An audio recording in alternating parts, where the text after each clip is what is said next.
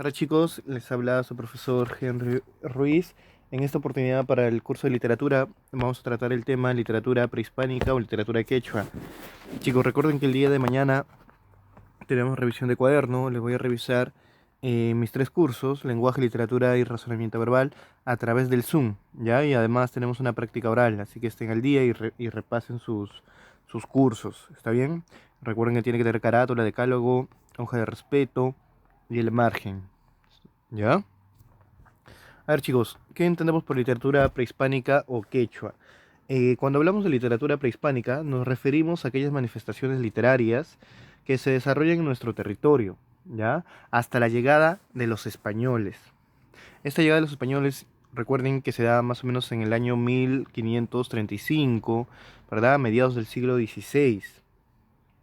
Entonces, esta literatura comprende el periodo preincaico y parte del incanato, ¿no? ¿Ya?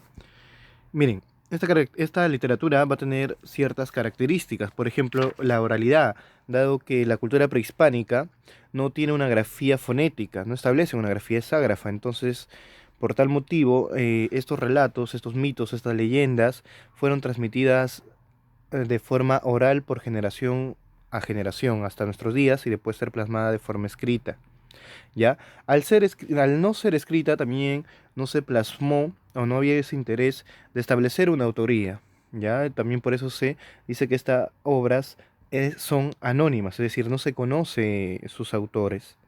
También decimos que es politeísta porque se va a vincular o van a ser personajes o va a tratar sobre dioses diversos. Recuerden que eh, para los prehispánicos, ¿verdad? Para nosotros, teníamos diversos dioses que podrían ser las huacas, fenómenos atmosféricos o fenómenos climatológicos, por ejemplo, la lluvia, ¿verdad? Los terremotos, la tierra, las montañas, el sol mismo, el Inti, entre otros.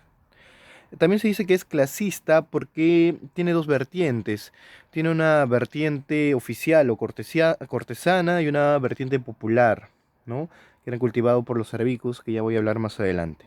También decimos que es agrarista porque los temas y personajes están vinculados al campo, la naturaleza y la actividad agrícola. Recuerden que ahí tenían dos actividades, o entre otras, la mita, ¿verdad? El ayu, y parte de su lírica, por ejemplo, de su poesía, era cantada en estas actividades, ¿no? Entonces tenía relación con la actividad agraria. También se dice es colectivista, ¿verdad? Porque se cultiva de manera grupal, ¿ya? Se cultiva de manera grupal y, como les dije, ¿no? Haciendo actividades del agro, ¿no? A ver, chicos, como les mencionaba, la literatura prehispánica le decía que era clasista porque tenía dos vertientes, una vertiente popular oficial, ¿verdad? Y una vertiente, perdón, una vertiente oficial cortesana y una vertiente popular.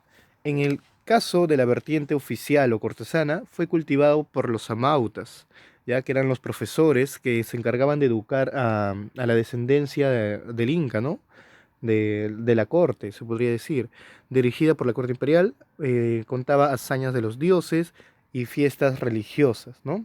Dentro de este tipo de literatura se ubican grandes mitos, por ejemplo, las leyendas incaicas, que intentan explicar el origen del universo y de la fundación del Cusco, ¿no? Por ejemplo, podemos citar la leyenda de Manco Cápac y Mama Ocllo, la leyenda de los hermanos Sayar, el mito de Huiracocha, entre otras. Perdón. En cuanto a la vertiente popular, esta actividad es realizada por los arabicus, que eran maestros del pueblo, por decirlo de alguna forma, ¿no? Tuvo un carácter amoroso y agrarista. Dentro de esta literatura popular encontramos a los arawis, por ejemplo, los huancastaquis, los aymorais, los surpis, que son poemas de la época, ¿verdad? Poemas líricos, ¿ya? Y siempre tenían un acompañamiento musical. ¿Estamos?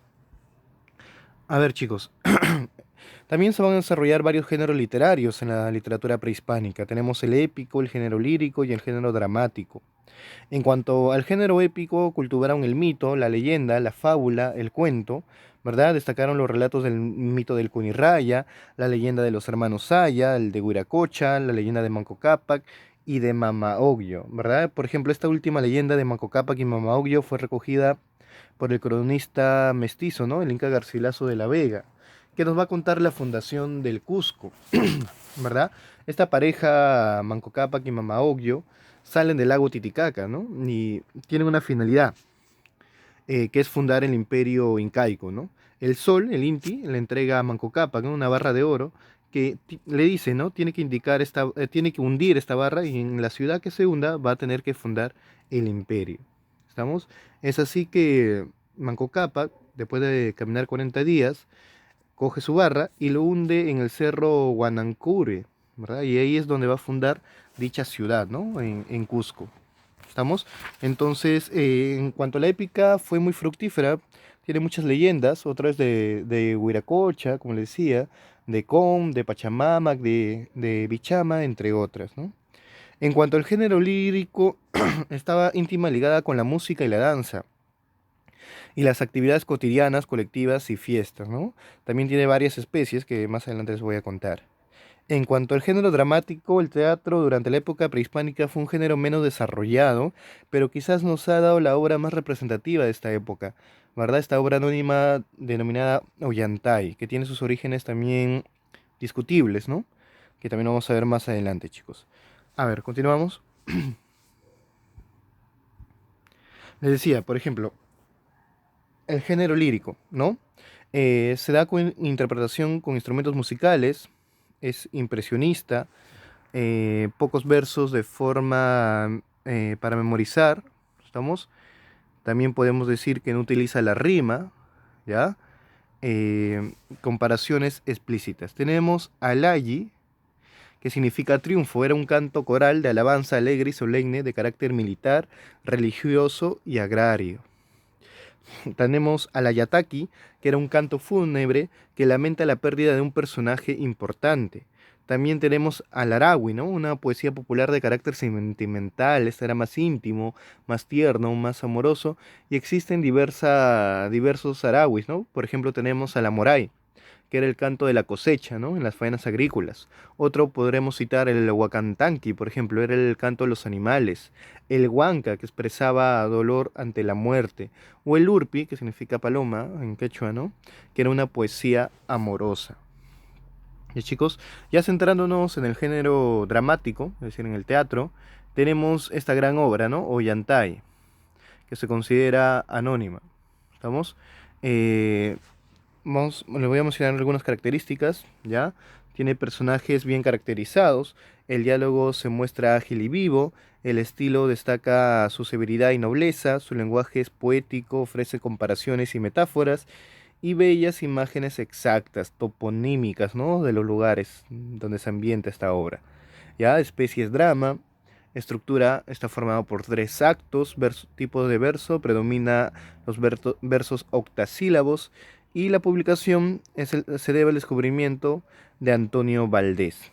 Personaje principal, Ollantay, su gracioso, Cusicuyur, tenemos al Inca, Pachacútec, Anahuerqui y Mazumac, ya que va a ser la hija, Wilcauma, Piquichaqui, ¿ya? Piquichaqui es el gracioso, perdón, Cusicuyur es la pareja de Ollantay. Rumiñahui, ojo de piedra, perdón, Rumiñahui, Orco Guaranca es ojo de piedra, y Puitú Saya, ¿no? Que era la madre de Cosicuyur, ¿ya? Entonces, esta obra, como le dije, tiene un origen discutible para algunos estudiosos, algunos dicen que es de origen prehispánico netamente, otros establecen que es de origen colonial, ¿verdad? Por algunos puntos que coinciden con la literatura del siglo de oro español. Por ejemplo, ese gracioso, ¿no? Se asemeja al bufón de la literatura del siglo de oro español, del teatro del siglo de oro español, ¿verdad? Pero otros apoyan o sustentan la idea que sí es netamente prehispánica por los detalles de las ciudades, los toponímicos, entre otras cosas, ¿no?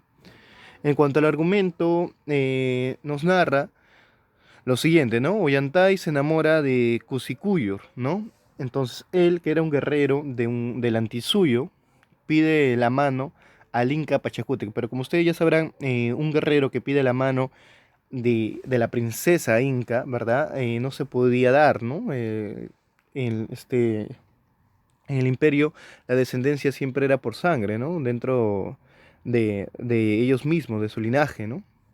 Entonces, obviamente, a Pachacútec esto le va a indignar y le niega la mano, ¿no?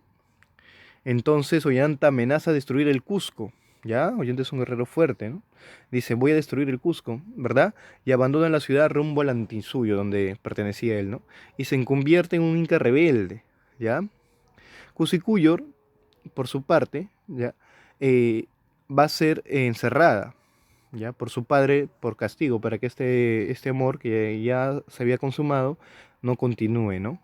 Entonces el general Rumiñahui, con miles de cusqueños, intentará capturar al Inca rebelde, ¿no? A Ollantay, pero fracasa en su intento, pues Ollantay le prepara una emboscada donde mueren todos los soldados cusqueños, ¿no? Y solo Rumiñahui se salva. Ollanta era un guerrero muy hábil, muy inteligente y muy fuerte, ¿no? Tiempo después, ¿qué va a suceder? Ollanta muere, ¿no? Y le tiene que suceder, suplantar su hijo. Su hijo se llama Pachacútec y es un poco más flexible, ¿no? Entonces, ¿qué va a hacer? Le da una nueva oportunidad a quién, a Rumiñahui, ¿no? Para poder capturar de una vez a ese Inca rebelde que era Ollanta, ¿no? Rumiñahui utiliza entonces un ardid algo bajo, ¿no? Contra Ollanta. Va de buena manera, le dice que el nuevo Inca es más amable, que quiere aceptar esa unión, ¿verdad? Y lo trae entre engaños, ¿no? Al Palacio Real, junto a Piquichaca incluso, ¿no? Tupac Yupanqui conversa con Ollanta y lo perdona, ¿no? Resulta perdonándolo, ¿no? En ese momento que están los dos, ¿no? Tupac Yupanqui y Ollanta, interrumpe una pequeña, una niña, ¿ya? Y esa niña es llamada Imazumac, quien pide clemencia a Tupac Yupanqui para liberar a su madre, ¿ya? Que estaba encerrada. Ya se imaginarán quién era la madre, ¿no? Entonces ellos, absortos, asombrados, van a ese lugar, ¿no? Y descubren una mujer con harapos, ya maltrecha, ¿verdad? Y Tupac Yupanqui descubre que era su hermana. Y Ollanta reconoce a su amada, pues, ¿no? Y esa niñita, esa pequeña Imazuma, es su hija, ¿no? Entonces, a ver a esta escena de amor, ¿no? De fraternidad, Tupac Yupanqui cambia de posición y permite luego que Cosicuyir y Ollanta se queden juntos, ¿verdad? En el antisuyo, ¿verdad? Y así es como culmina la obra. Entonces, eso sería todo, chicos. Acá les dejo una práctica. Responden al menos las tres primeras, y me lo envían al foro como asistencia. ¿Estamos? Recuerden, ya mañana tenemos la revisión, sobre todo del primer bimestre. ¿Estamos? Del primer bimestre, las primeras actividades, las primeras clases. Miren el foro, lo que es primer bimestre, todas esas clases, son 4 o 5 me parece, esas voy a revisar. Muy bien chicos, cuídense mucho, hasta la próxima clase.